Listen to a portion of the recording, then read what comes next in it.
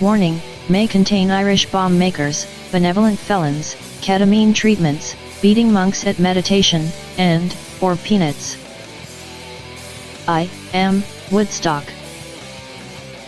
Dude, this is beautiful sound, by the way. Dude, I love these mics. They're incredible. I spared no expense only because I knew that the host of the show was worthless. I have no idea what I'm doing.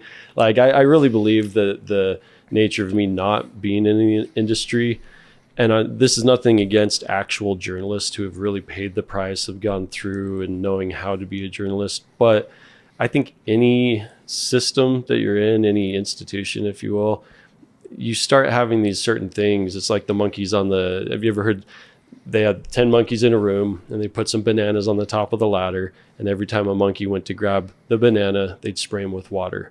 So eventually none of the monkeys would grab the banana. So they'd switch out one of the monkeys with the new monkey. What's the new monkey do? He grabs the banana. And as soon as he goes to grab the banana, all the other monkeys grab that monkey and beat him up to keep him from touching the bananas because they don't want to get sprayed by water. So all of them get sprayed? Yeah, so everyone gets sprayed if Okay. anyone touches the banana. So yeah, as a community of monkeys, we're not going to touch that banana. We're going to beat up the guy that does because we got to teach them the right way, right? They eventually trade out every single monkey, and they still do that. Not a single monkey who was there originally and actually got sprayed with water is there, yet they're still beating up any new monkey that tries to touch the bananas, right?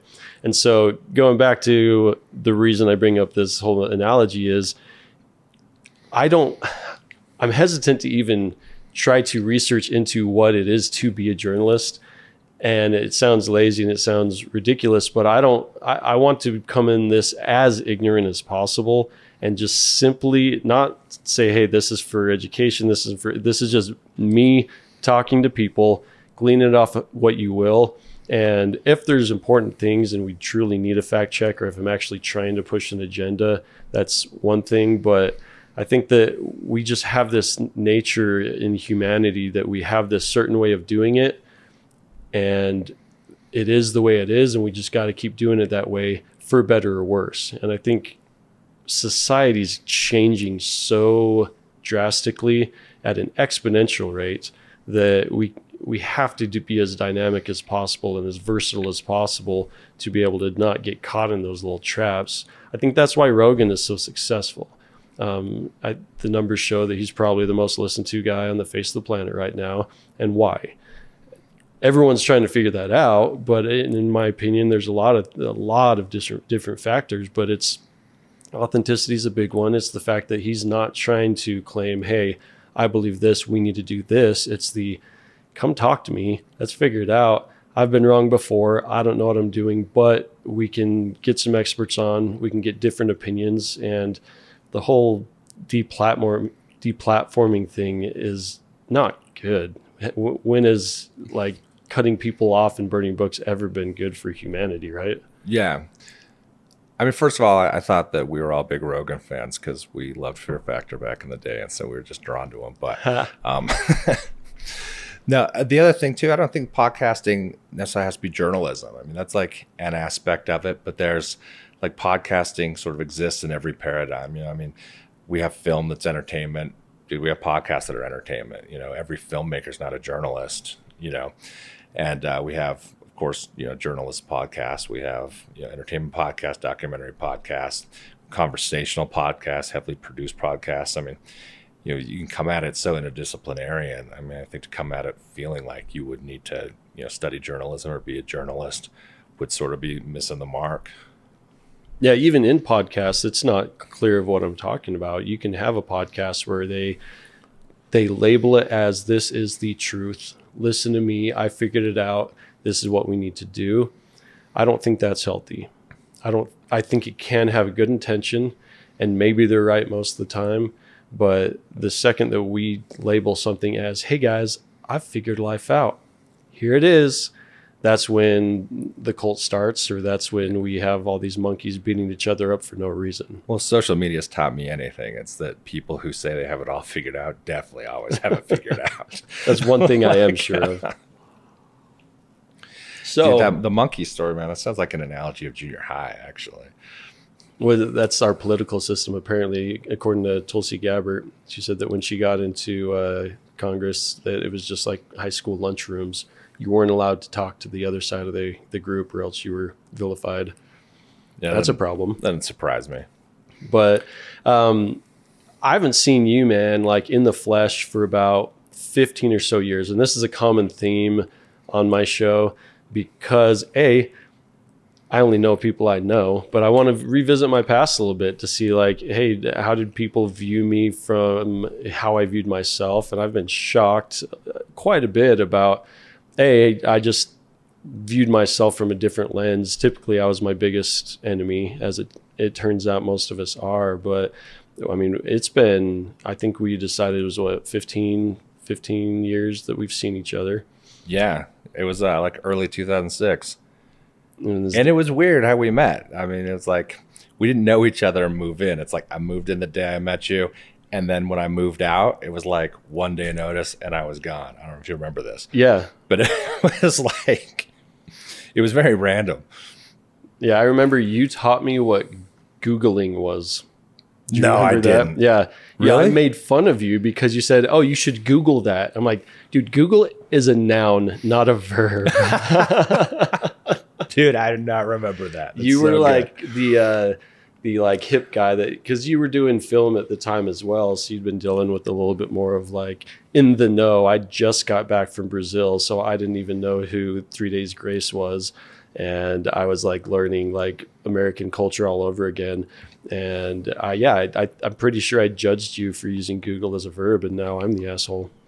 Oh, dude, that's funny, man. Especially because I had a roommate in Boston where I'd moved from like about a month before we met, who was a computer programmer, and he was always Googling. And I was like, dude, use Yahoo. Like, why do you always use Google? And then eventually, like, he persuaded me by just doing it over and over and over. And then apparently I did the same thing to you. You know, I have But this that thought. cracks me up, man. I'm gonna write a script for Netflix where the originators of Google, they created this like amazing box, and it was kind of like an AI thing that's going to collect our data and kind of predict the future. And then the first episode is going to be like this crazy thing where like AI does take over, and at the end humans just like nuke everything because that's the only way that we can like beat this AI superpower.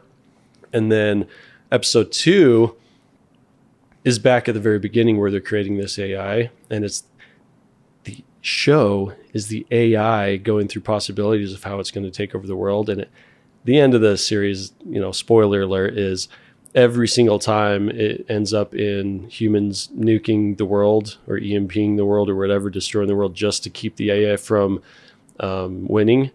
And so it's run all these like trillions of processes in a split second. And then it realizes, oh, the only way is to not let the humans know that I'm taking over. And we're living in that life right now.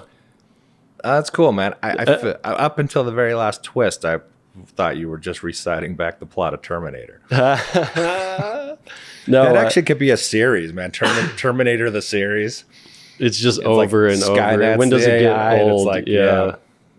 But it's been so many years that I really do not know too much about what's been going on in your life. I know you've been working in film a little bit, and we've talked a little bit off the mic beforehand. But the last thing I remember kind of keeping in touch with you is the documentary that you directed that one, right? I did, yeah. So tell me a little bit about that. Yeah, so it was called Children of Conflict, and it was one of those projects that I mean, it just started slow. I met somebody in St. George whose dad was in the IRA while she was growing up. She'd experienced a lot of trauma, kind of growing up through that conflict, and so we kind of went over to Belfast without much of a plan. And I was, she was friends with some of my friends, so I barely knew her, but they were like, you should bring this guy. And I was like, I'm down for a free trip to Belfast. And it ended up being like one of the like most life-changing winding roads of my life. But I think the first time we went out there was like 2008. And we just kind of showed up and just sort of started kind of learning firsthand.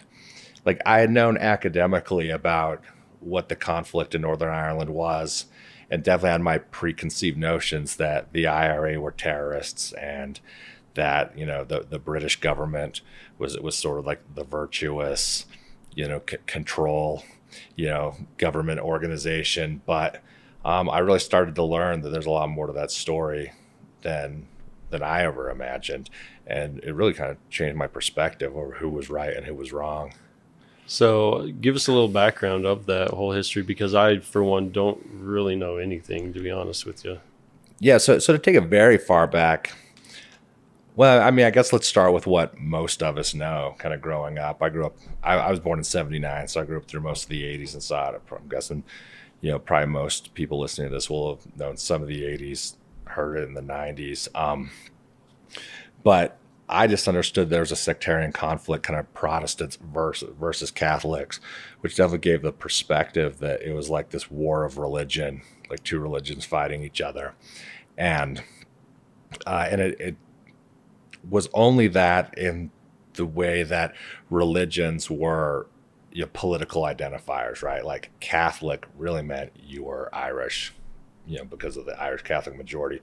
Protestant was, you know, you were part of the Church of England, or, you know, they kind of started lumping everyone who wasn't Catholic together into this super majority, you know, which is an interesting way to see the rest of the world, right? I mean, you had people who were really not that well off. I mean, you know, the Irish, you know, kind of the Irish cross section of the population at one point was experiencing like 60% unemployment, right? And so there was a lot of civil unrest. You know, this whole situation actually, in very many ways that I'll go into in a minute, mirrors, you know, the American civil rights, you know, movement. But the Protestant that were really well off needed the political majority. And so you go and you get, you know, the Presbyterian group, who was also very poor and experienced high unemployment. They're like, oh, you're with us, you know, and really talk these people into, you know, joining their side, even though they really had nothing to gain from it. And in all the ways that the Irish people were suffering under British rule, were suffering themselves, except for they were kind of co-opted into this group. And again, we can draw all kinds of political conclusions in America based on that. But backing way up to what really happened in Ireland, of course, you know, as far back as the 1600s, you know, Britain came and annexed Ireland, you know, through kind of, you know, violent means, you know, revolution. There was, you know, 6 or 7 major violent conflicts through, you know, 300 years, which ultimately led up to, you know, the Easter Rising of 1916, which was where a group of Irishmen were fighting for Irish independence, and that led to a split between Northern Ireland and the Republic of Ireland. As we know it now, you know, they were, you know, Northern Ireland was an industrial hub, had the ports, it's where they built the Titanic, you know, and so Britain was not willing to let that go, but they were able to get the lower 26 counties away from the British government with the idea that one day we'll get the other 6 and, you know, Ireland will be united. And so you kind of move forward at that point with 2 different countries, you know, on the Irish island, you know, Northern Ireland, which is part of the United Kingdom, and the sovereign state of Ireland. And is that how it's split up today? That is still how it's split up today, yeah. Which is now, interestingly, getting very complicated again with Brexit and the European Union, where now you have, you know, like a bigger division, you know, because under the European Union, things became very fluid between Ireland and Northern Ireland. And now, you know, that's looking like increasingly complicated again, in ways I really don't know about. I'm not like an Irish political expert by any means, but anyway, back to Northern Ireland, like moving through, you know, the 40s and 50s, you know, you had kind of like equal education, you know, referendums, and so you had Irish kids going to the English schools, and then all of a sudden they start to come out at like 18, and, you know, they're looking around and they're like, wait, we want the same opportunities that, our British counterparts, we have the same education, the same background. And so that starts to wind up this civil rights movement, which looked a whole lot like the American civil rights movement, including, they used the anthem, we shall overcome, we will overcome. I don't know exactly the name of the song, but it was the anthem in America, for the civil rights movement as well, and they patterned it after that. But it, unlike our civil rights movement, surprisingly, actually devolved into a very violent conflict. And looking at what happened there, it's very shocking to me that our civil rights movement didn't turn into a very violent conflict and ongoing. I don't really know what the differences were, but it seems like we're very close to a firing point for a long time. Mm-hmm. And ultimately, so then you have from the 60s through the 70s and 80s, a pretty intense kind of set of guerrilla urban warfare with the IRA, Irish Republican Army, starts to come up, and for a long time, that's a very old organization that they were trying to revive, and it had kind of become a joke across Western Europe. They'd say the IRA stood for I ran away. But and we were talking a little bit about this off the mic, how you create an enemy and then that perpetuates an enemy. So then you had policing come and, really, really kind of harassing young people and throwing young people in jail without much evidence. And it really radicalized the younger generation, who then, it proved that there was a monster out there out to get him. Yeah, exactly. And again, you had a group of people that were doing some very benign things, but then were willing to go to some pretty extreme violent means now, because the government, really alienated them and radicalized them. And so now you have the IRA as a very serious, guerrilla military, threat. And I don't want to get too long-winded here and bore everybody, but essentially it turned into this economic campaign where the government would reimburse people for war damage, reimburse businesses.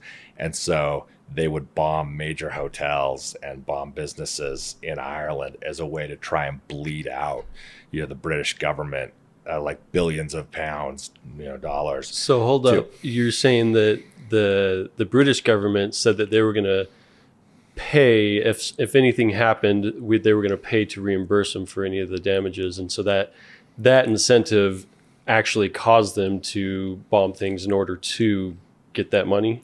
Not to get the money. So again, you still have this idea permeating the group that they wanted a united Ireland, and so the British government is essentially telling the business owners, politicians in its colonized state of Northern Ireland, if something gets damaged in this conflict, we will pay for it.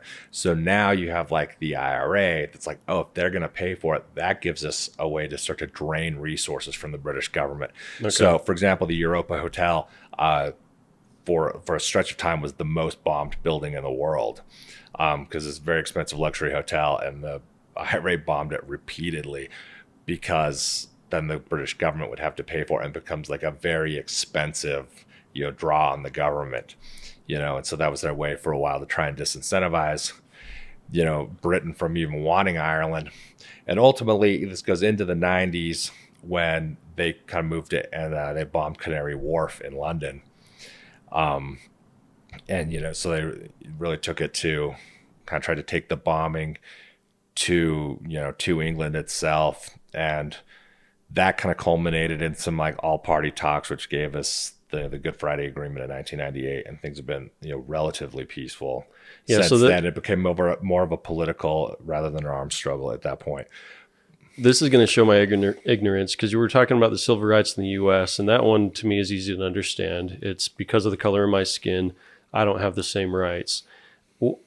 What was the civil rights that they weren't able to have up there? Is it the Northern Ireland was still part of the UK? They didn't have any issue. Was it the other side of Ireland that they didn't have the same, what rights No. did they not have? The other side of Ireland didn't really have anything to do with this, other than It was Northern Ireland. other than the Irish people in Northern Ireland wanted to be a united Ireland. So it was just Right. they wanted their sovereign, they Yes. wanted to be separate. They wanted their sovereignty. However, like I went into, I was like, well, how are you not free? That was one of my big skepticisms going into this. I'm like, what do you not have? But again, you just had this bias. And even though they were like a different skin color, it very much was like kind of this racial, I mean, and again, they use the term Catholic, but they were really talking about Irish. They were talking about, biologically Irish, and so there's like, I've seen like pictures and videos of things that there'd be signs in windows that would say Catholics need not apply. Really? Right. And, there really was kind of this segregation, and they're very much as like Catholic and Protestant, neighborhoods, in Belfast. Like you look at the map and there's sections, and again, it's not quite like that now, but back then it was, and it was, where's the money going? Where's, there's high unemployment. And even though to you and I, they all look like white Western Europeans, there very much was like a discrimination going on, and Humans suck sometimes. So that was a big part of it. And again, it gets endlessly complicated is the reality. So in your documentary, what did you focus on? Because you said you knew someone that she had a direct tie into it. Is that what your focus on the documentary was? Initially, it was. There were some sticky things though, in that people could still be prosecuted for things they had done. Like in 1998, the Good Friday Agreement, everybody was kind of let out of prison, but it didn't give everybody amnesty. So, for example, this friend of mine, her dad was a bomb maker, and I don't believe he ever went to prison for that. And so we couldn't interview him because he just kind of wasn't at liberty to freely speak without being prosecuted. But as we went around and started talking to people like who would talk to us in the neighborhood, it ended up being like a lot of her peers growing up that had experienced a lot of this violence and had kind of become radicalized themselves. And we ended up finding like a handful of people who would be very open about, like how they joined the IRA, like what happened to them and what made them turn and join the IRA. And a couple of them were brothers who ended up being cellmates, in the Longcash prison,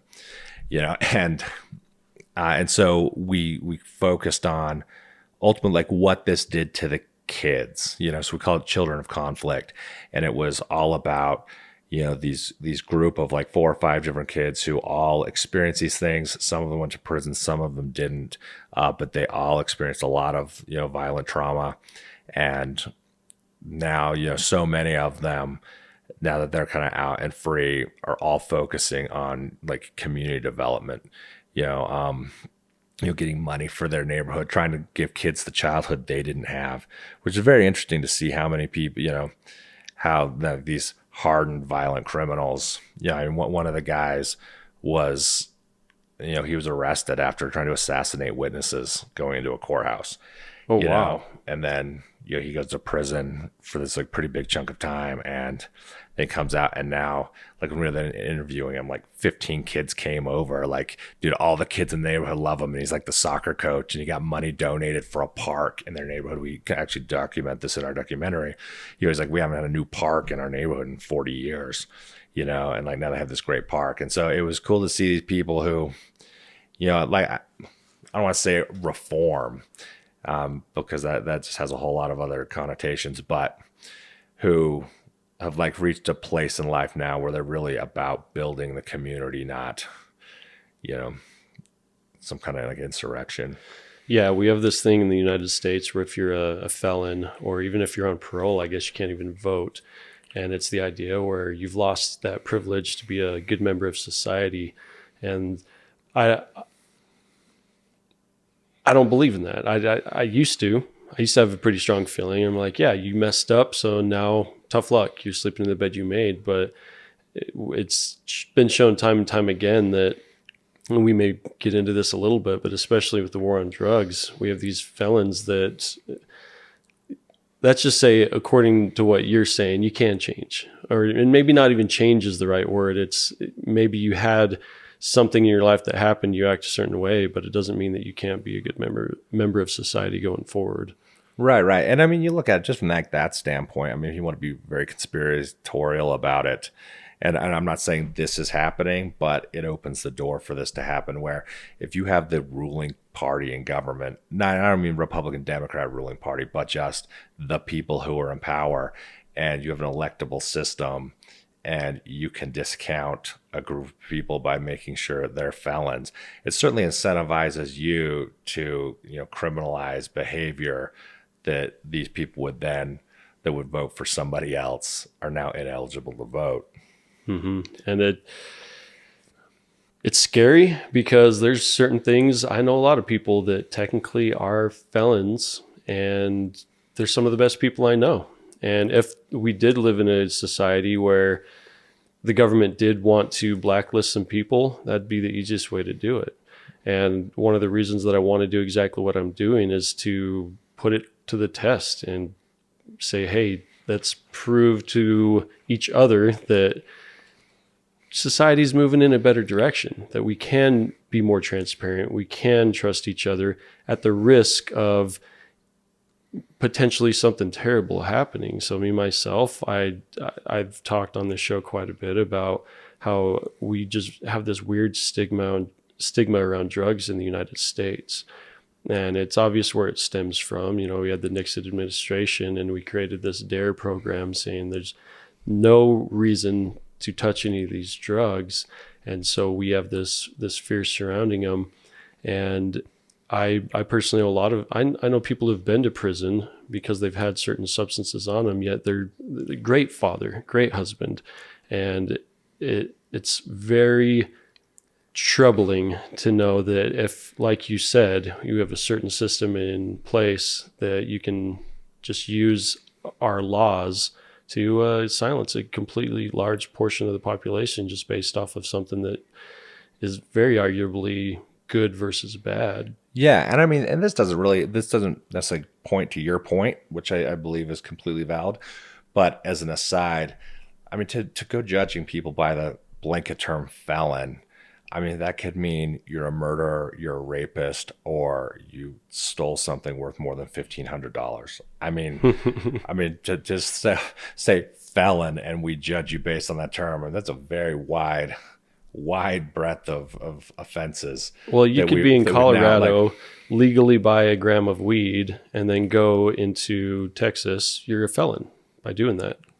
So there's, like, to your point, there's a large spectrum, and I think that's where we need to focus on nuance a lot too. Right, and that weed issue is very interesting too, where something's now legal in one state and not in another. And I mean, I was having a conversation with somebody today, and I don't know all the ins and outs of it, but I do know, like, if you have a CDL, which I believe you have a CDL, yeah? Let it expire just because I didn't want to go get a physical or something like that.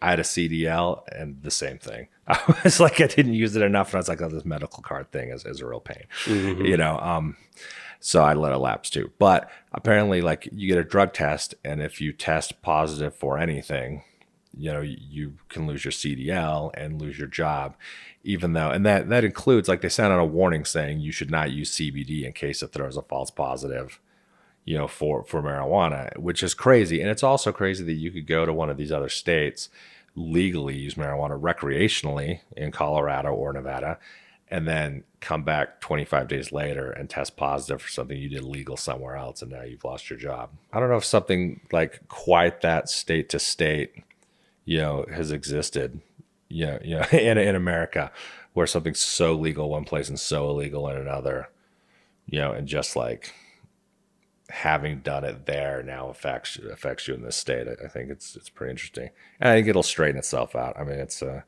it's really just a transition point, and I don't think it'll be a whole lot longer before it's just kind of legal nationally.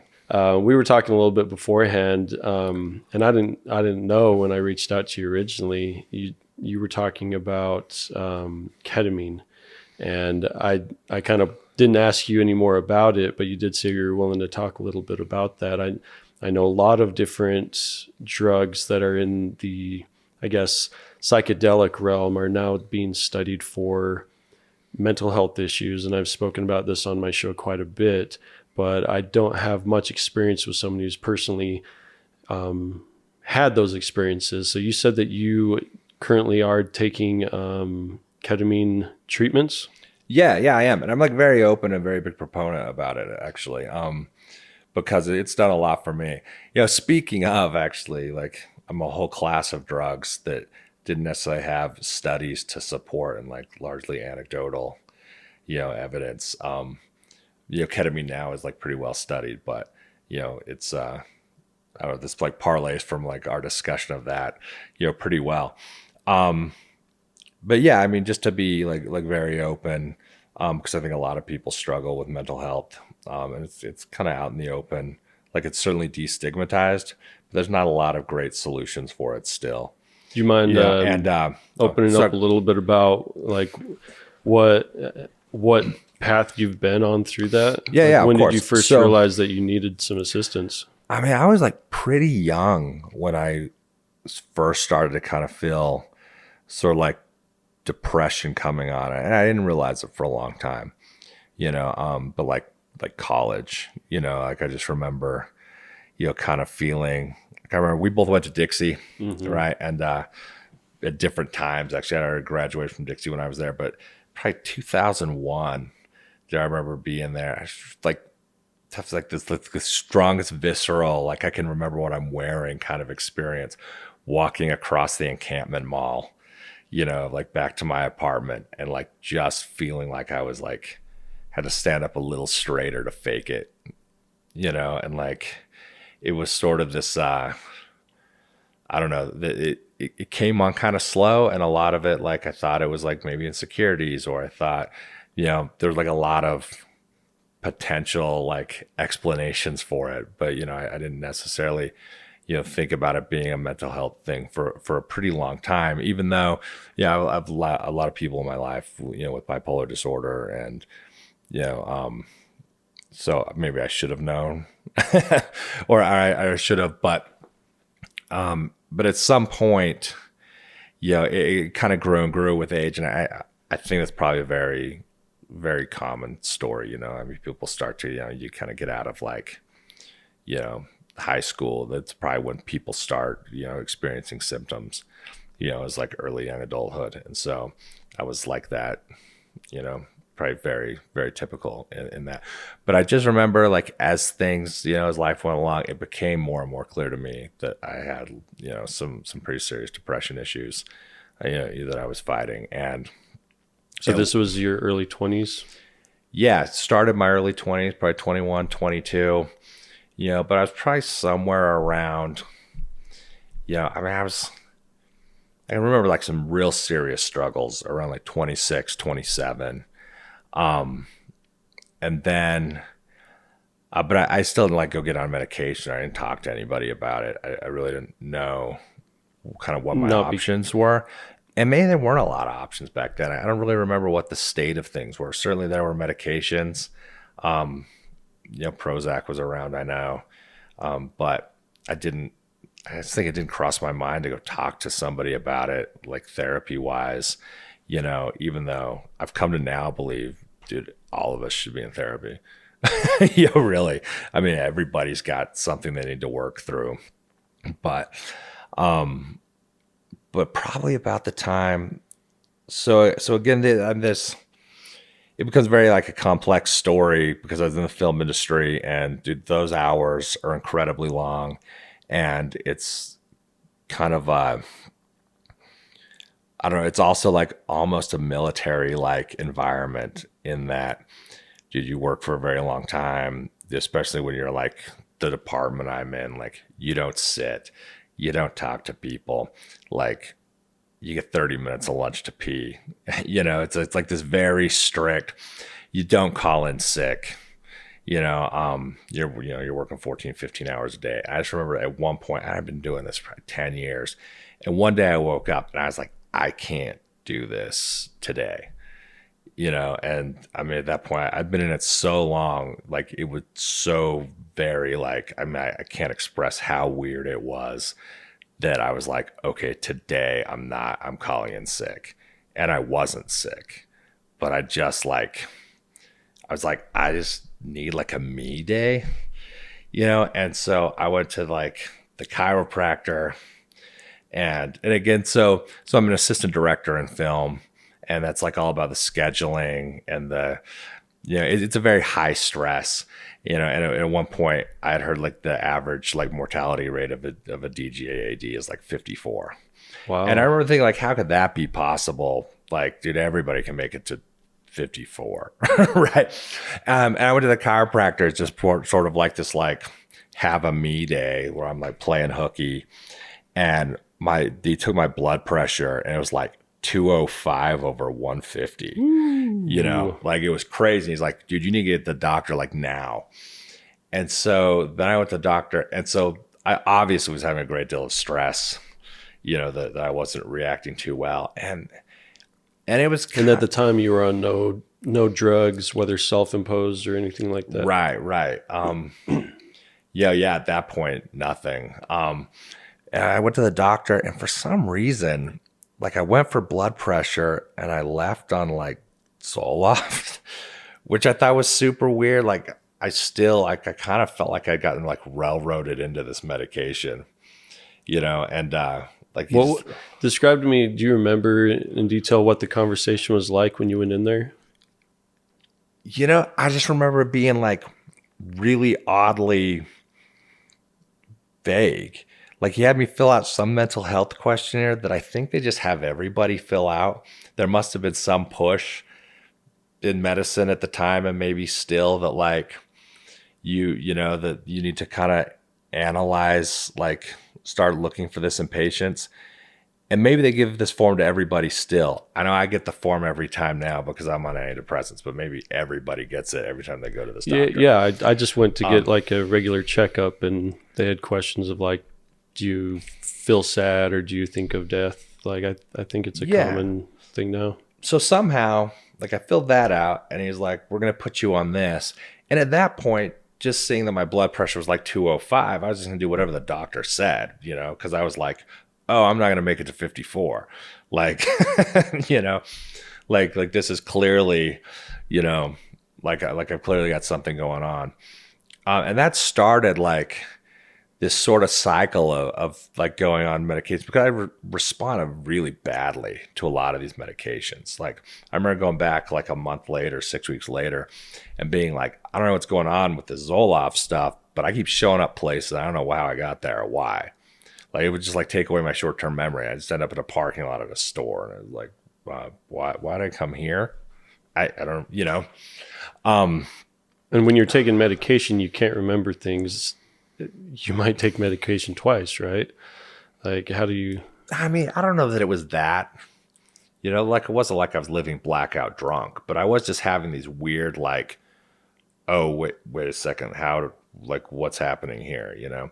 And so I went to him. He's like, well, that's obviously not for you.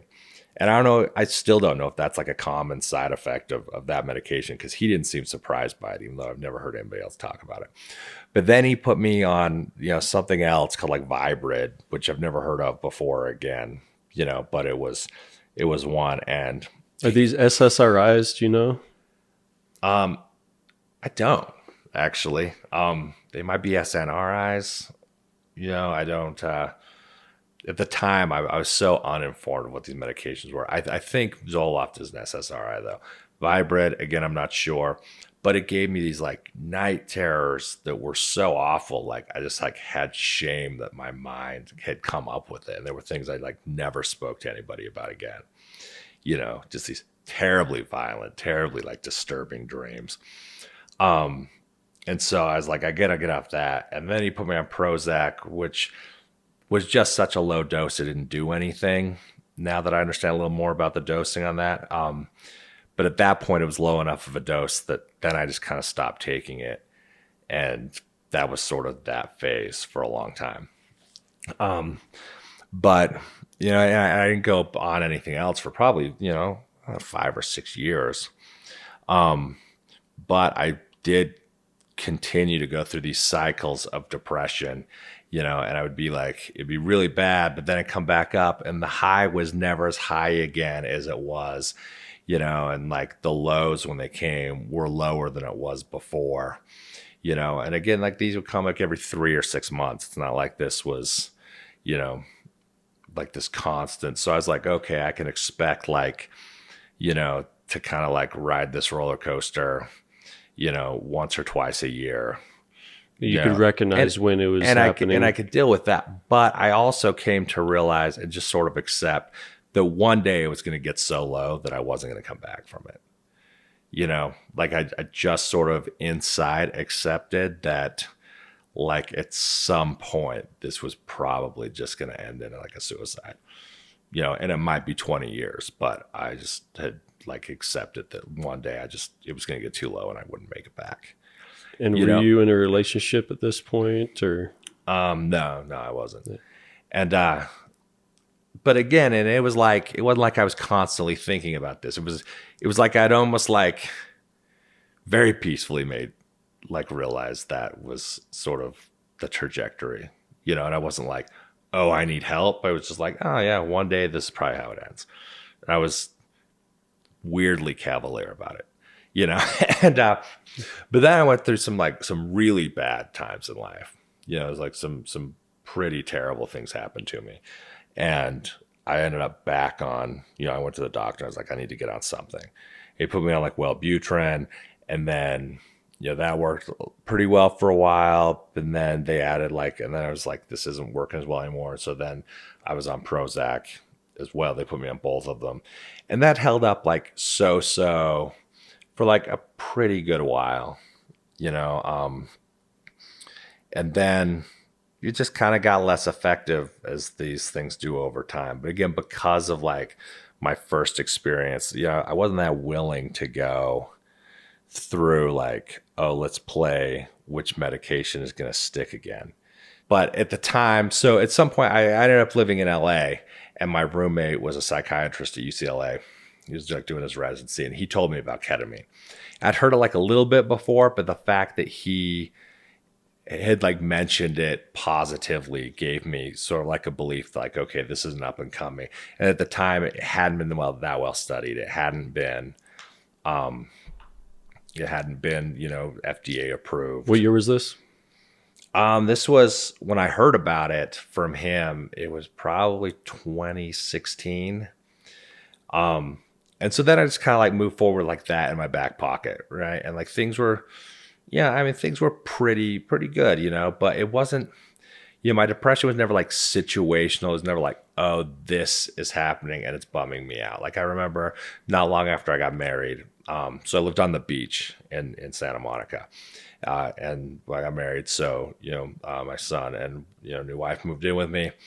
And I remember it was like the perfect day, and we went out bike riding, and like I could just feel it just like weighing me down. I was like, dude, there's not a thing wrong in my life right now.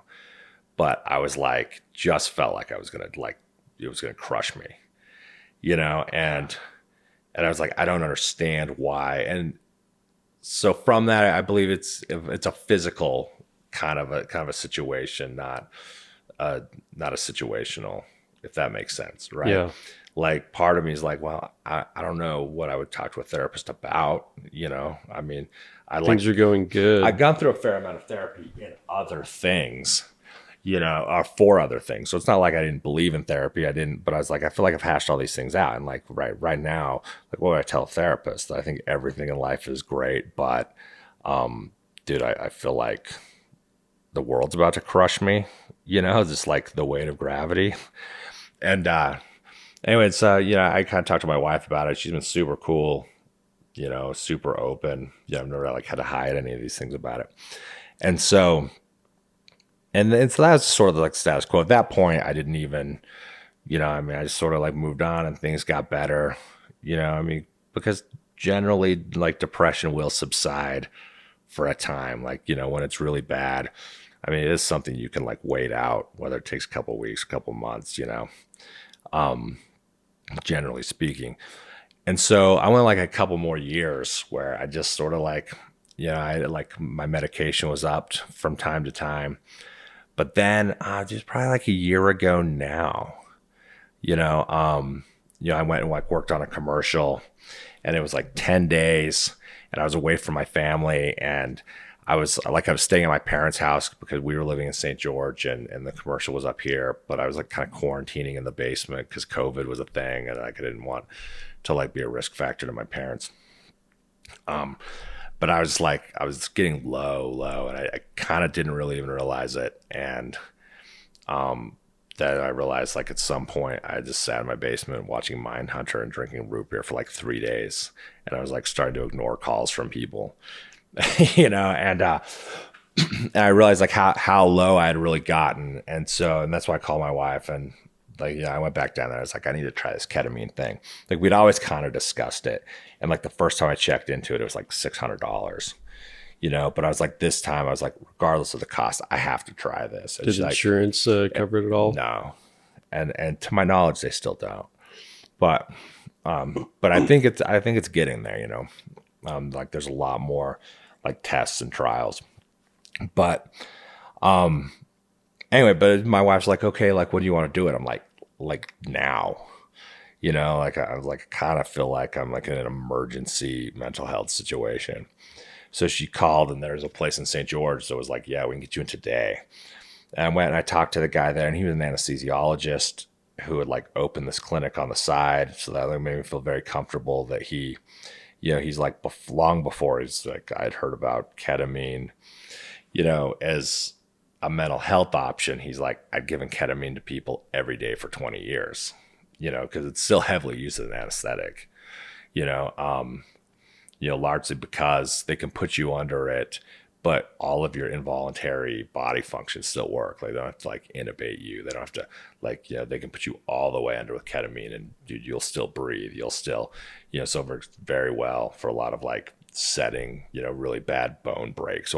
So like I was super comfortable with the fact that this guy, had so much experience giving it. And whether I was comfortable or not, like I was already there getting it, it just happened to be that it was a great situation once I got there. But it was at a point where I was like, I'm willing to try anything. And then it ended up being, and the course of treatment for ketamine typically is like, you like 2 treatments a week for 3 weeks. And then. So walk me through a treatment. You walk in there, you sit in the front office, they call you in. Yeah. I mean, I'll walk you through the treatment. But first I'll tell you what happened, and then I'll kind of back up. Okay. So you go through like 6 of these, and then, you kind of need booster appointments. But like after the first day, and I kind of got to where I was always very spontaneous. But for years, you get kind of older. You don't want to do as much. You kind of get like a little bit lazier, stick around the house. My wife's like super adventurous, loves to travel, loves to go see new things. Like 2 days later, I was like, hey, you want to go Horseshoe Bend? And she's like, wait, what do you mean? Yes, I do. Like all of a sudden I was like up for everything, after like a treatment, and so it was such like, all of a sudden I was like, I feel like I did in college. Like, I feel like I just reverted back to the person I still always like to see myself as, and it was like huge. And so to kind of back up to go through the treatment. So you go in basically, it's intravenous, so it was almost like a spa setting. Like it was, they had like a comfortable chair. They had like this little fish video on YouTube that, runs, they just found something peaceful with like good music that runs for like 3 hours, and you can just watch it. And I did not know what to expect at all, because I did know it was a disassociative, but also like when these places advertise it, they're like, oh, you just kind of sit back and relax. And maybe like you'll like have some kind of a hallucination. You should get someone to drive just in case. Like, no, it's a full, like I think they downplay it not to freak people out, but it is a full on, like you are high ego death kind of a situation, right? And I mean that in a good way. So explain to everyone listening what you mean by ego death. Is there any way to describe that? Yeah. So I'll briefly describe it, and then I'll describe how it played out for me. But essentially the concept of ego death is when you lose the separation between you and everyone else. Like you're no longer, like you don't feel like, okay, this is me. It's like, it's almost like you feel like you're like part of this collective unconscious. I'm sure everybody can describe it better than I just described it. But I don't think a lot of people have experienced it. Yeah.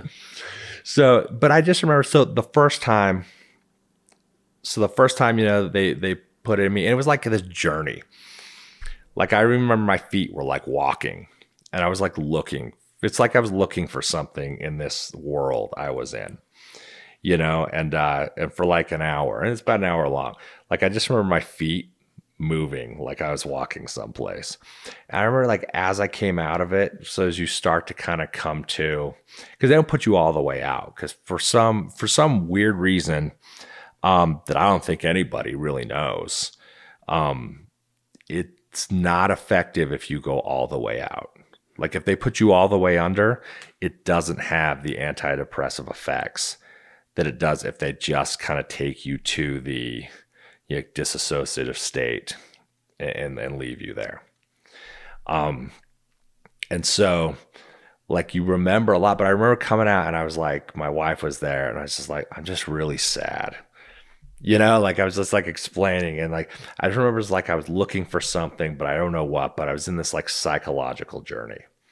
And then it's weird because every one of these treatments seems to have like a theme about it, but it's also very odd. Like I've come home before and I don't, and I'm still like a little bit feeling the effects and I can't say what it is. But as soon as it's all the way over and my mind's like closed it out, then I can very clearly tell you like what that journey was about. But like the second time I did it, it was something else. Like I just felt like I wasn't sad anymore, but I just felt so much empathy for like other people, and I again, I don't know why, but it was just, my mind processing something. But then the third time I remember saying out loud, like, and again, like in this kind of ego death thing, I just remember thinking like, or not even thinking, I said out loud, I asked the doctor, I'm like, am I God? Like it was like such a weird thing to say, but I just felt like I was connected to everything and I wasn't me. And also like for the very first time, I sort of understood this concept of like, when they're like, oh, God knows each of us, or God can feel it. Like at that moment, I was like, I feel like I'm connected to everyone and everything. Right. And it was like a very weird, it was a weird thing to experience. And it's unlike any other experience I've ever had, going through it. And then now it is a very odd way. It's almost like I'm returning to this place. Like every time I go under, I'm like, oh, I'm back, and I don't know what that's all about. I haven't like found anybody else on the internet that talks about that, but it's like, it's almost like I'm back at base reality, like if we were in the Matrix or something, and again, like I feel like it's getting real hippie now, but it's I don't know. And like I need to go do it again like every 6 or 8 weeks. Like unfortunately it's not the permanent solution I hoped it would be, but it always gets me back to where I want to get. It just doesn't last as long as I want. Which is also why, kind of looking into like other things like ayahuasca, as that I understand it, or potentially, longer lasting effects. So you felt an overwhelming, let's just call it a depression, a weight, and nothing would help. But with the ketamine treatment, at least for what you said, 6 to 8 weeks, you just have no feeling of that heaviness. Yeah. And the first time was like 4 months, like 4 or 5 months. So there is a diminishing effect a little bit to it. Well, I mean, I don't know that. So a real trigger for me is always bad sleep, right? Like if I ever pull an all-nighter for something, dude, I know that's like I've kind of damned myself. Like I can't come back from an all-nighter, and so yeah, whether it's a few days or in a couple weeks, dude, that like lack of sleep is going to like throw me into into a depression. And the nature of my job in film is like we pull a lot of all-nighters we do. So I don't know that it's a diminishing return or if my lifestyle is as such that at some point, I mean, I just did a horror movie for Miramax. It was like 21 straight all-nighters. Oof. Right. And of course I go sleep in the day, but dude, day sleep just never. Yeah. There's something, having done many all-nighters, I know there's just something psychologically huge about, can you get into bed before the sun comes up? If you can get into bed before morning, even if it's 10 minutes, you don't lose this track of like where you are on the calendar. But the second you start going to bed when it's light and waking up when it's still light, you start losing track of like what day it is, where you are in the week, and that's not unique to me. That's, I work with a lot of people to do this, and dude, everybody says that. And so even though I was like sleeping every day, dude, it's like a very weird sleep. It's not a good sleep. It's a very confusing. And so those kind of situations kind of throw me back, like, and so like every 6 to 8 weeks, I end up, kind of going back in for some kind of a booster. So with ayahuasca, is there a way to do that legally in the US? I believe so, because I found a place in Park City that was going to do a retreat like 2 weeks ago, and I was about to go. My wife actually found it for me. And so I don't know what the legality of it was. Again, I've become very much like, the situation is serious enough that I don't ask questions like, is it legal? I ask questions like, is it going to help me? Because it's, and this was like 3 nights of ayahuasca and then a final night of like, I would never pronounce it right, but like psilocybin. Mm-hmm. Yeah, am I saying that right? Like, you do 3 nights in a row of ayahuasca? 3 nights in a row of ayahuasca, and then the final night it's like, like a mushroom experience. Which again, I don't know if you can do that legally, but they were advertising it pretty open on the internet. So I don't know if there's some kind of, Well, someone was talking to me since I started this podcast, and although I'm not wasn't a huge proponent of, psychedelics or drug use before I started out on this journey, it's kind of turning that way apparently.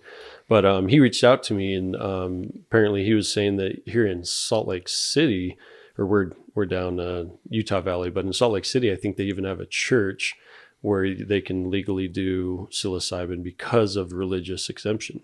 So maybe that's part, or maybe they have a clinical pass. I'm speculating here, but right. It's I don't interesting. think we're at a place nationally where like you can get a clinical pass for that. I know there's some states are starting to legalize like the study of it for mental health.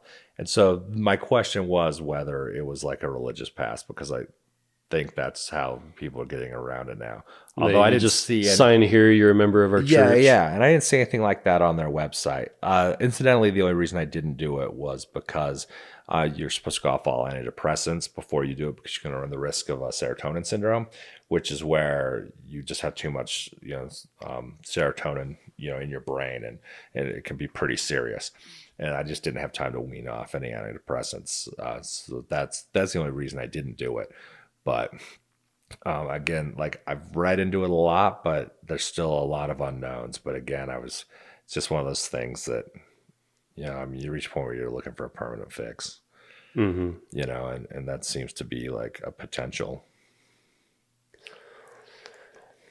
I found that every single person is completely different. So trying to find that silver bullet's impossible. I don't think we'll ever be there, but I'm really glad that we actually have the capability to study this now. And, you brought up psilocybin. That's something that I know it's a big push at Johns Hopkins. There's some other different clinics and facilities that are doing research on MDMA, DMTs.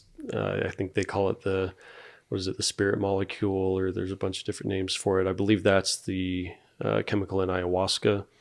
All of these have shown some very interesting and from your experience, very promising outlooks right now. Everyone I talk to, either on or off the mic, it is very clear that there is an issue with our mental health. The cause of it, anyone can claim what it is, doesn't matter to me, as long as we can find a solution, find a way that where we can actually be happy, be productive members of society, and just take some of this horror, this pain that we have here. But talking about it is, I think, a big thing. You said that you think everyone should be in therapy, and unfortunately, we can't. Whether it's cost, whether it's accessibility, there's just not enough therapists out there. And right. So I think one of the things that I didn't know why I needed to, but I felt like I needed to do all these in person. I've personally had very cathartic experience doing this, just having human connection, being in person with someone. There's something that you share, and I don't think it matters one bit what you were talking about, as long as you were being open and honest and talking in person with the human. Other than your wife, when's the last time you sat down in front of someone and actually had a conversation? I've done pretty well for that, but just because, I work in a pretty social environment, but certainly I feel like that's something that was especially lost during like COVID and quarantine. I've had a few friends that have committed suicide over the last year. I feel like a big contributors were just like, we're losing human connection anyway. Like texting somebody, that's not human connection. Like keeping up with somebody on Facebook, that's not human connection. And so we're just by nature of technology kind of like widening the breadth of people that we sort of like feel like we're in contact with, while completely narrowing the people we're actually in contact with. And then I think like COVID was the death knell for a lot of people, in that. And I feel like, I feel like a lot of people could not answer that question in a very positive way. Like, when's the last time you sat down and had a conversation with somebody? And I found even kind of coming out of like the quarantine situation, we didn't quarantine very hard here in Utah. I know people that, in LA and New York that, were under like strict quarantine for a long time. But I know people like even just coming out of quarantine, I know that I would sort of avoid conversations with people. I still go back to work, like, I'll eat like catered meals on film sets, and like I would look for like a quiet corner alone to eat. And like all of a sudden I found myself like avoiding contact with people, which just sends us like further down the hole, Well, our phones are a big part of it. We could be in the same room and we're staring at our screens. And I'm the first one to admit, man, it's one of the most addictive things that's ever been introduced to humanity. I will wake up and the first thing I do is look at my phone. And even as I say this, I know I'm going to do it tomorrow. And there's this hilarious meme. In fact, there's a bunch of them that are going around about that moment you forget your phone and you have to take one of those horrible 90s poops where you're just sitting there bored like, oh, man, what am I doing here? There's no Candy Crush or whatever it is. Do you play any phone games? Oh my gosh. Like I play that little like game where the balls bounce and like they hit the bricks a bunch of times. And like, I played that one. Dude, I'm like 600 levels in. It's embarrassing. I was so proud of myself, and I was sitting there at the dentist, and the dentist comes in. He's like, "Oh, you got to level 500? I'm at level 14,000." I'm like, "Oh, I'm giving up. Nope, it's." Yeah, you're like, dude, you need to fill some more cavities, man. And so I'm not going to say that I'm a psychologist or whatever, but man, the writing's on the wall. I think that's one thing that, going back to what we were saying, it's taking away a human connection. We can be in a room of people and we're not. We're in front of our phone. And so what I've been trying to do is just setting it face down, or maybe even do not disturb, and sitting in another room. And I get this weird twitch at first because I'm like, where's my phone? I've lost it. Where is it? And then I'm like, okay, Jace, you actively set it down. Go do something with your daughter. Go talk to your wife. Go on a walk. And I think it's helping a little bit. I think it is a cause of anxiety. I don't think we can get away without it in our current culture. I mean, it's just a huge part of our lives, and I think we'd be doing a disservice if we didn't use it as a tool. But I think we need to start talking to each other like, hey, what are you doing that helps? And one thing that I stole from someone else is any application that really isn't moving anything along, that's just like phone games, for example, I'll put in a time waster folder. I said, even though it's just one click away, at least it's one extra step to where I can say, Jace, pause, maybe read a book instead. Maybe go cook a meal instead of just nuking something. And those are little things that are starting to help me, because I've never, sought professional help through therapy, but as I talk to more people and hear the description of their experiences with anxiety and with depression, I realized that even at a younger age, even back in high school, I went through these weird, very terrible and dark times to where like I wouldn't even respond to people talking to me. I'd just be staring at nothing. And I think I probably should have maybe spoken up more. And it just wasn't it never crossed my mind. I didn't even have a name for it at the time. I was just tired, I guess. Right. Yeah. And when there's so many options out there to get help, and even if it's just talking, but I think, like you said, even with therapy, there are more things that we can potentially do to help ourselves get past that darkness that we're carrying along inside of us. Yeah. It's funny too, because you almost do need like a vocabulary about it that you don't have. I mean, I was seeing a psychiatrist. I'd been in therapy, and like they would ask me, do you have anxiety? And I'd be like, no, I have depression, but I don't have anxiety, and then I was talking to my wife one day, and like she was asking about anxiety, we were just kind of, I was like, yeah, I've never, it's never something I've really had as an anxiety.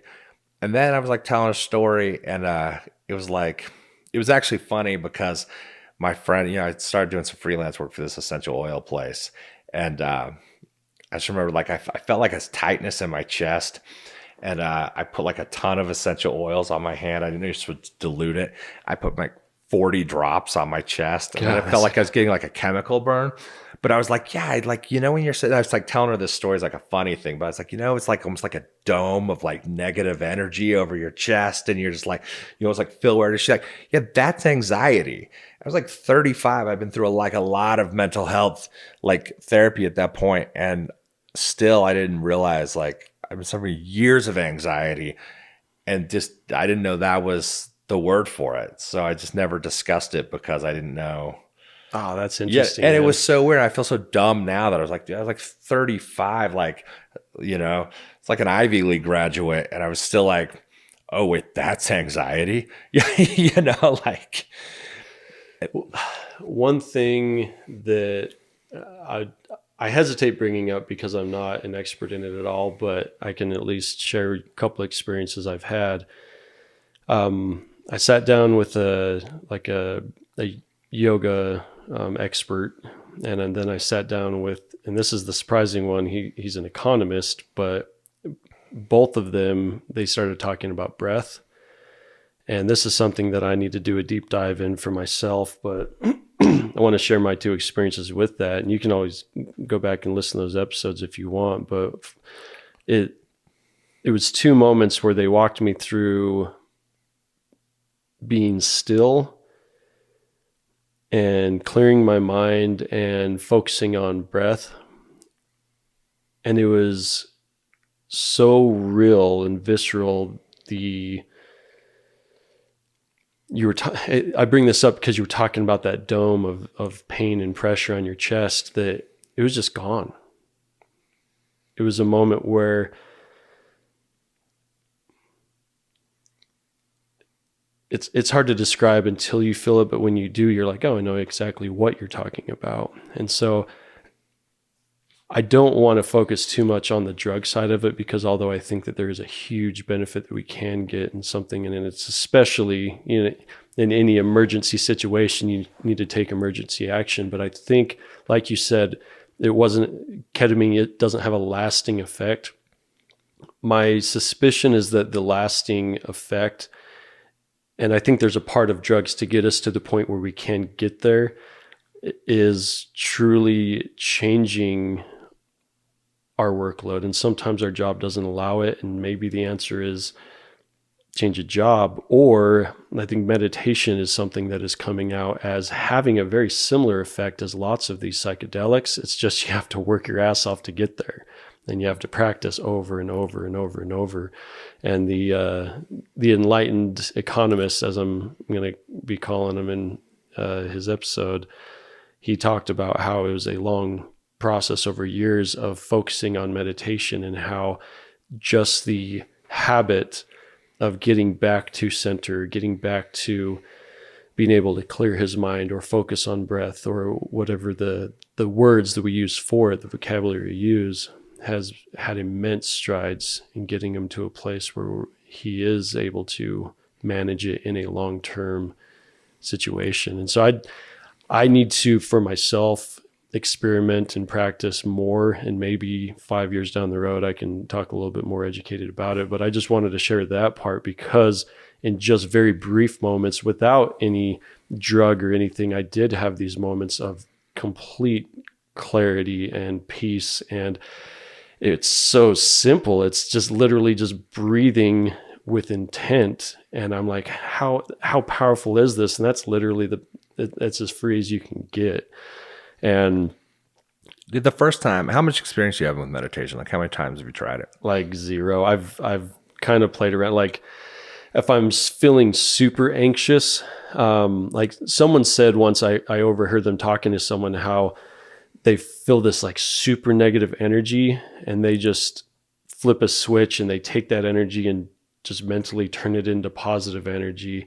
I'm like, that's ridiculous, but I tried it once and it worked. I'm just like, so I kind of breathe now and just kind of, and I take that dome of like whatever it is, and I try to be like, all right, this is now caffeine in my body, or this is now like all right, get me up and at 'em. Let's be excited about something. And it doesn't always work, but a lot of the time it does. Yeah. So I have pretty limited experience with meditation too, but I have tried it a few times. And there's like a couple of things that I always struggle with, and tell me like if this is your experience at all. First of all, I'm always like, how do I know if I'm doing it right? Right? Like I still don't know. I mean, I've tried it like a few times. I've tried a handful of apps. I'm still always like, wait, am I doing this right? And maybe there isn't a right and wrong. There probably isn't, right? Like the fact that you're even trying it. But then also just when you try and lay back and like, just like focus on your breath, it's shocking to realize how your mind, like how much your mind is jumping around. Like every 3 seconds, dude, your mind is like somewhere else, or just like until you sit and try and like hold your mind still, you don't realize how all over the place your mind is all the time. It's crazy. Like it's concerning almost. Exactly. And like, so you gotta anyway, you gotta listen to this episode, because I can't do it service, and it's crazy that it's coming from an economist, but he did a fantastic job of kind of walking through his experience, because what you were just saying is exactly what he said. And he said it took him like a decade to get to the point where he truly understood it, but he said it in such a succinct way that it was, at the time, it was like, well, obvious, duh, that's easy. And then I am here like my mind jumping all over the place. So that's the thing about meditation that I don't like. I've never personally gone through it, but everyone does say it is something that, like a muscle, that you have to work it. And it's not something that you're going to get immediately. And you may get those moments of, whether it be nirvana or, existentialism, or not existentialism, what are we talking about? Nirvana, I guess, whatever, the moments of clarity, it's a constant. You have to go back to it. Well, I certainly think there's an existentialism that you experience during it. I don't think when you're like, what am I talking about? Like, no, I think that's definitely on point, that, you experience some of that along the way. I mean, it's also funny because I know there's like, dude, our just like need for competition or need to, like, I don't know. I mean, I'd be interested. There's probably some great writing about this, somebody's probably fleshed this out that I just, say a million times better than me. But I almost look at it as like merit badge culture, right? Like you come up in scouts and you're always striving to like, oh, I got to master this and master this and master this. And there's always like this like driven, like I got to like accomplish in everything. And I find myself wanting to do that with like meditation, which is probably the total antithesis of what meditation is. Like, a therapist talks about it. She's like, okay, like meditate. And then you hear about like the monks who can like melt snow and they're like steam coming off of them because they control their body temperature. I'm like, okay, all right, I got to focus and I can beat the monks.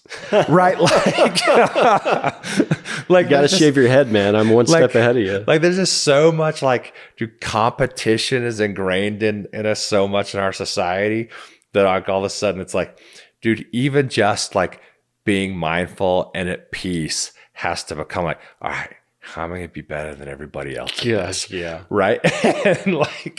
And I think that's the problem with all of it. That's like antithesis is the perfect word, man. It's like I'm trying to do something by doing the exact opposite. Yeah. It's very funny. One thing that popped into my head while you were talking was the word FOMO. And anyone who knows me knows that I have like perma FOMO. If there's something going on, even if it's like a 3-hour drive away, I'm going to be there. And I think that's why I just love my friend group so much. I just want to be around them all the time. But meditation to me is like, I'm not doing anything. That is a waste of time. I think that's why I've never put the time to it, because I'm starting up this new show and I have to, in order to be successful, I've got to work my ass off. And I truly believe the only way you're successful in life, in at least our culture, is you do have to work. You do have to work. But at some point, you got to let the engine recoup. You have to sleep. Like you said, if you don't get your sleep, that's the beginning of that darkness coming back. And I think if you can truly learn how to, and let's just use the word meditate, because I think there's a lot of different ways to come at it with whatever culture you come from. But if you can learn to value the quiet moments and the silence, and it doesn't matter how many times your brain goes away. And this is a part I'll share from what Stephen, the economist, said. He said every time his mind wandered, he thought he was failing. And he did this thing with his hand where he was deviating. He's like, oh, I failed. Oh, I failed. Oh, I failed. And one day he stopped saying that to himself. And he realized that every time he brought his mind back, so that was the success. So his vocabulary changed. He said, yay, I did it. Yay, I did it. Yay, I did it. And that's when he really started to go down the path of where he is currently going, and it accelerated his progress. So wow, that's incredible, actually. That's like such an insight. Especially, I definitely relate to the, oh, I'm failing when you're trying to meditate and every time your mind goes, dude, I've never made it past that. So I mean, that's such a huge insight to think like it's every time you bring your mind back is a success, not every time it wanders is a failure. And when I say things that I think are profound, I listen to myself and they come off stupid, and I don't mean melodramatic, but I truly feel that the most important things it's not what we hear, but it's what we feel.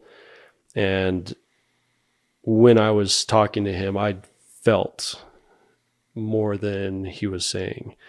And that's one thing I worry about is people are going to be listening to this. Some people may be watching it, but I think being in a room definitely helps communicate, but I hope the feelings can actually translate through the microphone. And if not, you got to do these practices yourself in order to get that feeling. Because when you get it, you're like, yep, this is it. I'm there. But then you go back to life and you wake up and you forget and you got to eat breakfast and shit and wipe your, like brush your teeth and do all this maintenance. You forget. And it's so hard to get back to that moment of clarity. But I think that's what we're all searching for. Yeah. Yeah. It's funny, dude, how many times we just have that, like, first of all, we live in a very destination driven like existence, and I don't know that all of humankind has always been like that, but when you're like, oh, I've got to get there. And so, but you have these like moments of realization, and then like you just kind of forget about it. You're like, oh, this is the most profound thing I've ever learned. And then you just forget, and like you'll like read about it later. You're like, oh yeah, like how do you forget about the most profound thing? That was gonna change my life. It reminds me, I saw this girl on Facebook, and she like had like 4 years before had shared this. She's like, I will never, in capital letters, forget what happened today. And then she had like reshared the memory, was like, does anybody know what happened 4 years ago today? Like she's like looking at the memory and didn't even know. And I'm like, oh my gosh, I don't know that I could relate more to something, like. Yeah, there's a super funny, nerd out a little but bit. Also true. There's a like books I've read in the past. It's actually an awful TV series. It's like called The Sword of Truth or something, and I'm not recommending reading it or anything. It was okay, but there's a part in it where this guy goes to the afterlife and he learns all things, and he has a choice to go back to mortality, but he knows he's going to forget everything. And I'm like, that's a great example of what we're talking about. It's you have these moments of, okay, I figured it out finally, and then you like immediately forget it. And so I think meditation's a way to stop your monkey brain of just like, oh, things are out to get me, and you stop and you have the silence actually speak to you, and you're like, okay, I can do this. I know I live in the world. I have to go to work. I have to do this. But for this moment, all right, now let's go. Instead of just not letting yourself have that moment of necessity. Yeah. I've had a friend that's gotten very into meditation, and like he told me about this technique, and I keep thinking like, oh, that's great, I need to do it. But of course, you just get too busy to take a moment to do it. But he said like the meditation, like he really does, he's like, he takes time and he pictures himself as a mountain, and everything else that goes on is around the mountain, but it doesn't affect him because he's the mountain. Yeah. So he like pictures like storms, but he's like, there might be a big storm you're going through, but you're unmoved because you're the mountain. It's just something that's happening around you. I like that. And I was like, it's a place I want to get, but obviously have not yet committed myself to doing the work to get there. So we talked a little bit about it, and if we want to afterwards, we can kind of cut this part out, but I do want to talk a little bit about, you mentioned that you have ADHD and that you're prescribed Adderall. Yeah. I think I've mentioned this show. I asked for Adderall just partly out of a social experiment, partly because I was told that if I'm going to be doing 12-hour editing sessions on this stuff, it'd be very useful. And I was surprised at how easily the doctor prescribed me these very high dosages. And I don't really use it. Like I'll maybe take a quarter pill every once in a while just to kind of push through, because I'm kind of scared of the effects it might have on me, and I guess the addiction is what I'm terrified of, being addicted to anything, which is funny. I talk a lot as if I know about drugs and I'm pro drug, but I'm not necessarily pro drug. I'm pro, if it works, why aren't we using it? But how long have you been using or been prescribed Adderall? Well, it's interesting you say using and then corrected to prescribe, because those are two very different answers. Okay. I've been prescribed Adderall for about 5 years. I've been using Adderall for probably 10. So was it just like a buddy for studying, or what was it? Yeah, I mean, well, first I always had ADHD, and I always knew I was prescribed. I was diagnosed in like first grade. Really? Yeah, Okay. yeah. I was. I didn't even know what ADHD was until I was an adult. Back then, they called it just ADD. I don't know if there's a difference between ADD and ADHD, or if it's just sort of like the kind of evolving names that we have for things. But I just remember, and it's funny because I didn't know until I was talking to my like best friend. Like I had this best, my best friend. Like we grew up. Like I don't have memories that predate, this guy. And so I was talking about in first grade. I started to tell the story, and he's like, I remember this, and like finished the story. But I remember in like first grade, we had like this song we were singing with like actions, and it was like, everyone's jumping up on the rug and doing this. And I was just in the back, like helicopter spinning, right? And like just in my own work, my arms out, just spinning. And like 2 days later, I'm on Ritalin. So what's the difference between Ritalin and, because I know Adderall is pretty much amphetamine salts, which is just one slight different from crystal meth. Not to vilify it or anything. It's just put things into perspective. Do you know what Ritalin is? No. Other than, I mean, I know it's an ADHD medication. I know that it has like similar effects and it works better for some people and not as well for others. I was on it for a very short time, and my mom was like, it took away your personality, and I felt awful. So I took you away from her. She's like, you were like a zombie. And that was the last time I visited any kind of ADHD medication. I was like 30. So you didn't try Adderall again until you were 30? No, I didn't. I'd never heard of Adderall again until I was until I was 30. I don't think Adderall was around when I was a kid. So all the depression that you had in your 20s, you were just completely 100% sober, nothing in your system. Yeah. Okay. Yeah, I hadn't done anything. I didn't drink before my 30s. Because you were raised LDS, right? Yeah. Were you a good Mormon, or did you drink every once in a while? Not until I was like 30. Okay. In fact, incidentally, the first time I ever drank was when I went to Ireland for the first time. Really? Yeah. And then they were like, and even then I was in this club and everyone was drinking. I was like, I don't do that. And then they were like, there's this drink called a burning sambuca, and they pour sambuca on the bar and they light it on fire, and then you like had a straw and you would like inhale the fumes from the burning alcohol and then do a shot of sambuca. And they were like, it's illegal here, but they'll let the bartender will do it for us. Why is it illegal?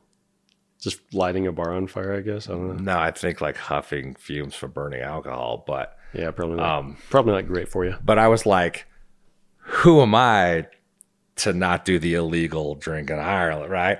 Like it had nothing to do with drinking and more about like always wanting to find that life experience, like do that crazy. I can relate. And so it was about that. Previous to that, and like I said, I was 30.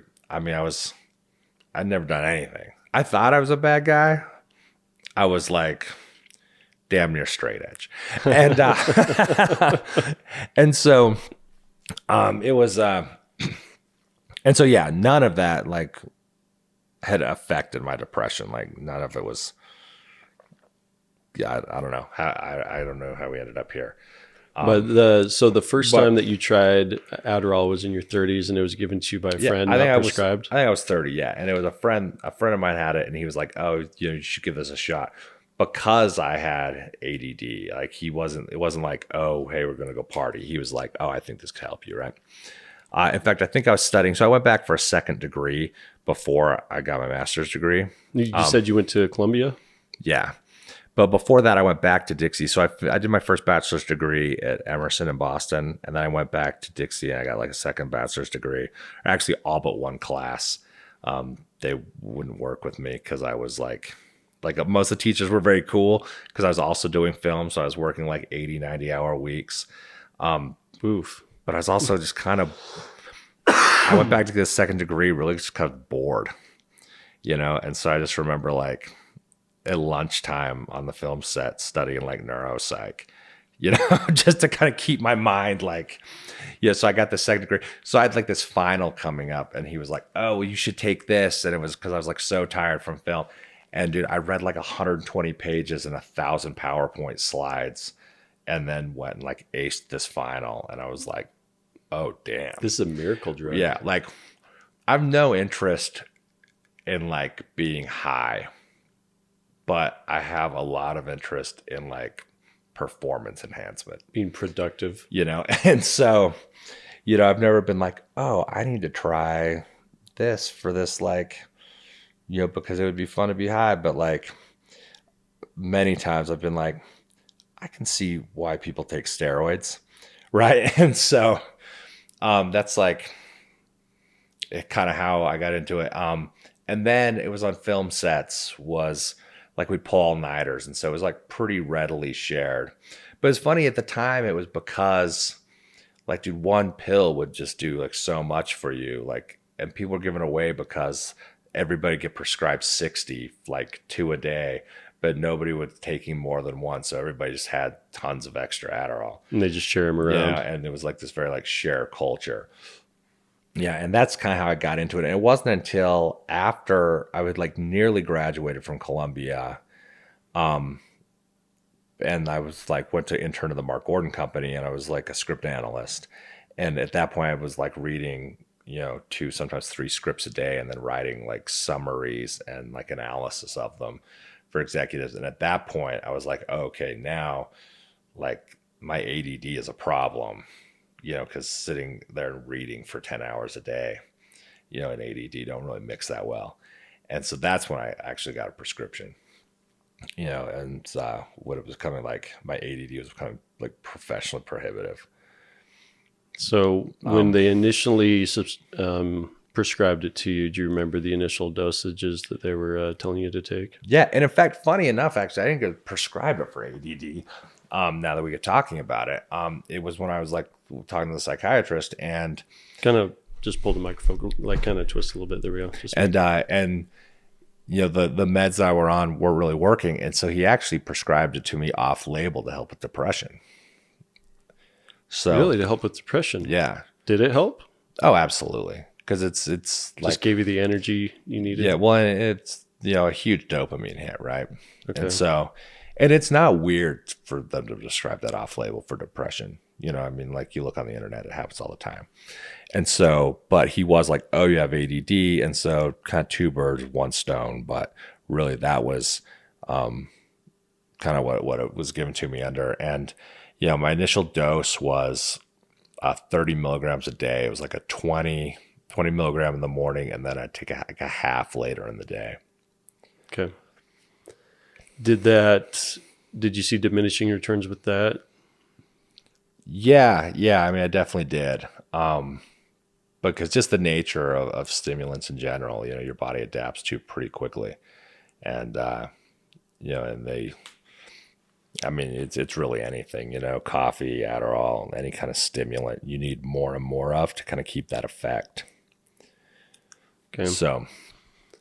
So I'm just curious because it's something that I have plenty of friends that they're all prescribed it. In fact, that's the reason I originally asked the doctor if it would be right for me, and he immediately said, "Yep, here's, you know, max dose."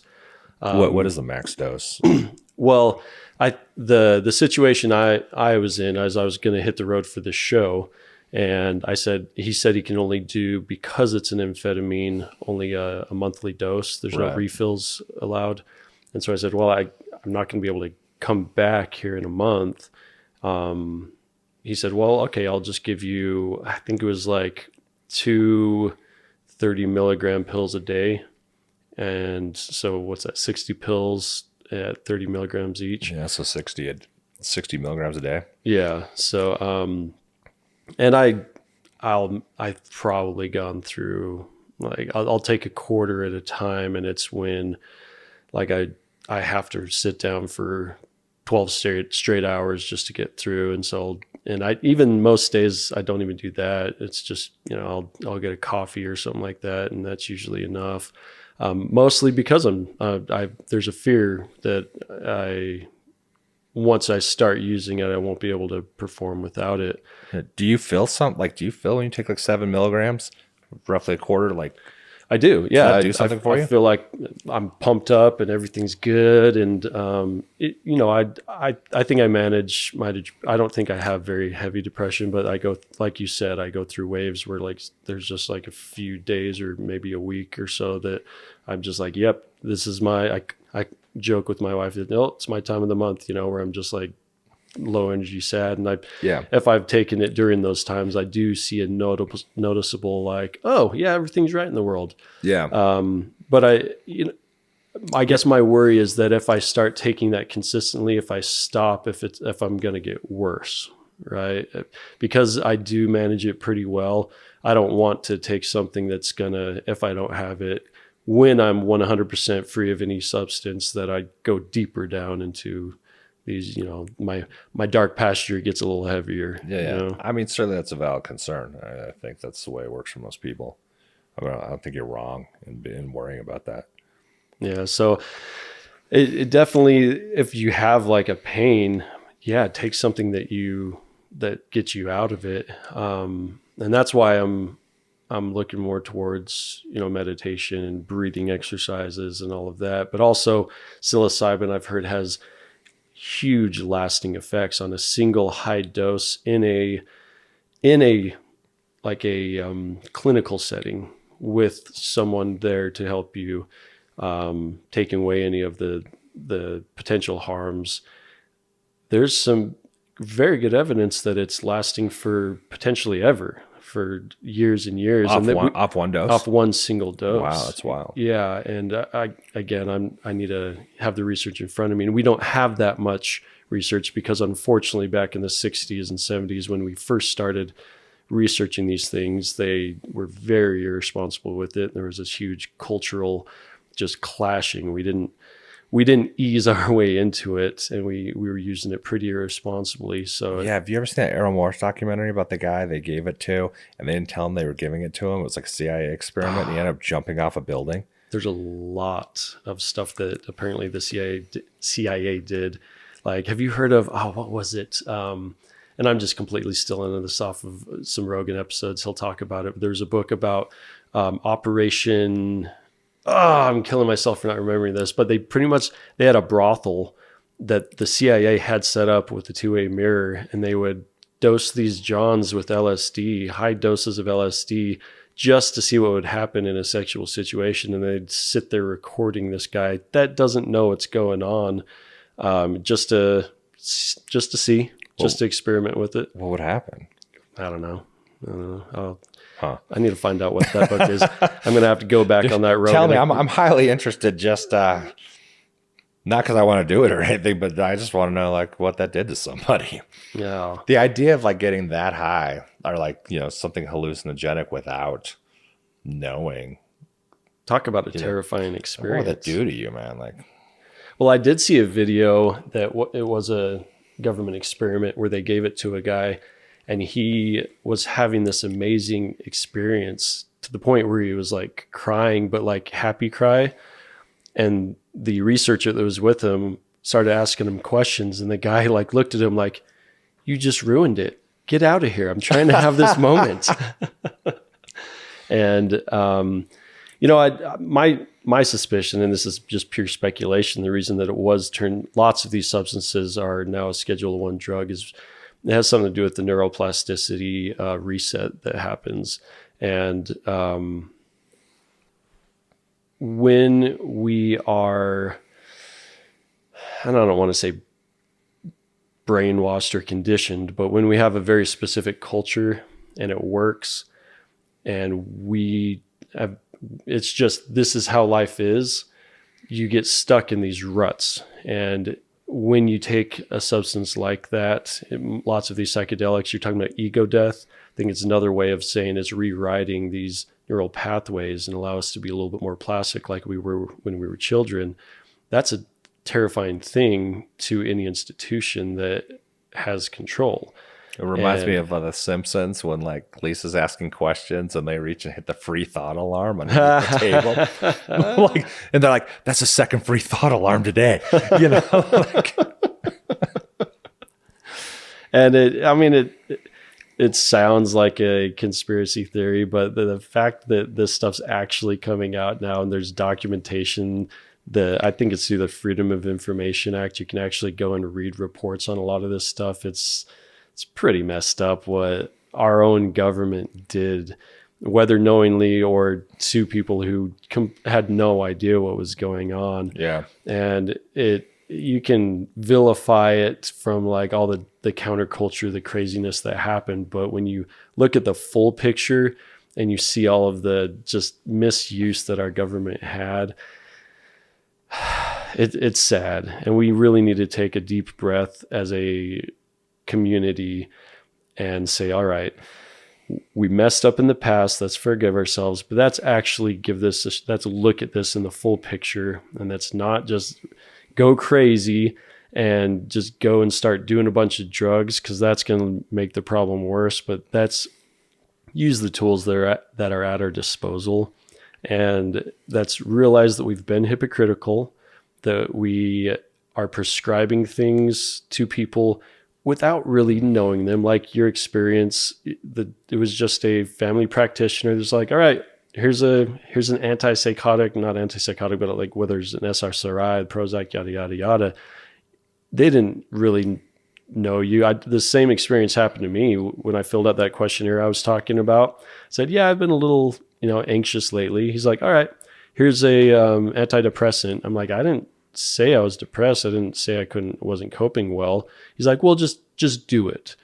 And I'm like, okay. And so I took it, and I hated how I felt. It didn't help with anything. In fact, I felt even weirder. He's like, well, it takes 2 weeks before it starts working. And I'm like, I mean, I'm the guy that's like, I have this whole big thing of Adderall, and I'm too scared to use it. I'm just not that guy. Yeah. And so I'm like, nah, I just rather not. I think I'm just gonna maybe eat better or exercise more, and maybe it could help me. I don't know, but it's very hypocritical that we have this like sense of, well, the doctor gave it to me, so it's okay, but you're going to get arrested because you are smoking weed. Said everybody who took OxyContin, right?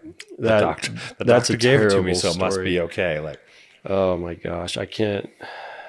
The more I look into the whole situation of that, it's very, very depressing, and it's something that people can do everything right their whole lives and be just the best citizen, the best churchgoer, the best whatever, just always do what's right.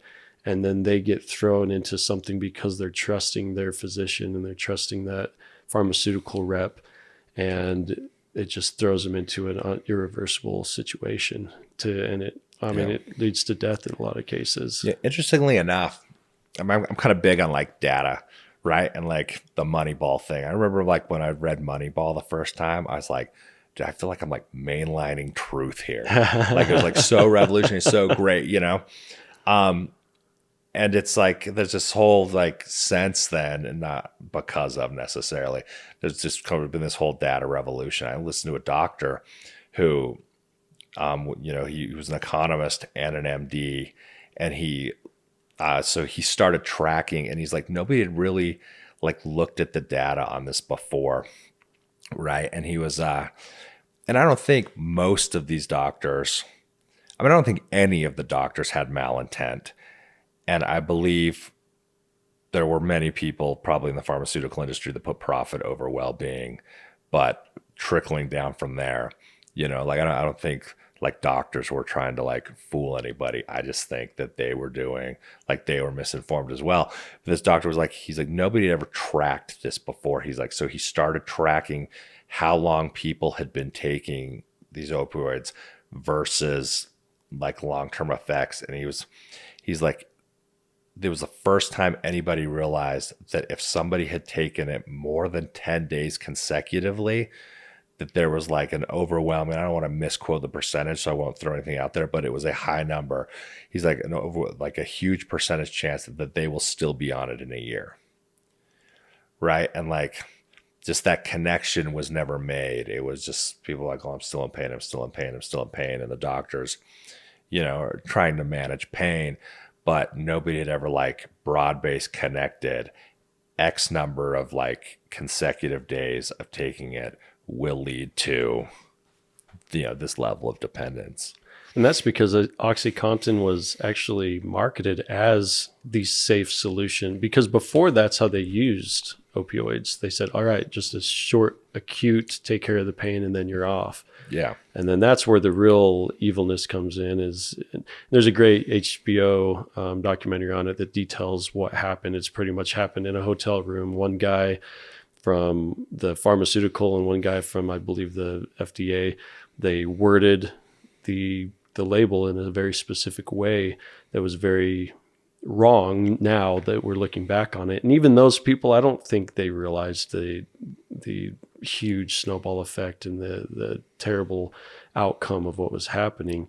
I think we need to be more forgiving even for these people who, we could claim are committing genocide, but it's unfortunate that we're here, but now that we have this data, we need to act accordingly, and we need to just take the stigma away from everything and look at it at face value. And there are going to be the things that come out to be, oh, this is terrible for us.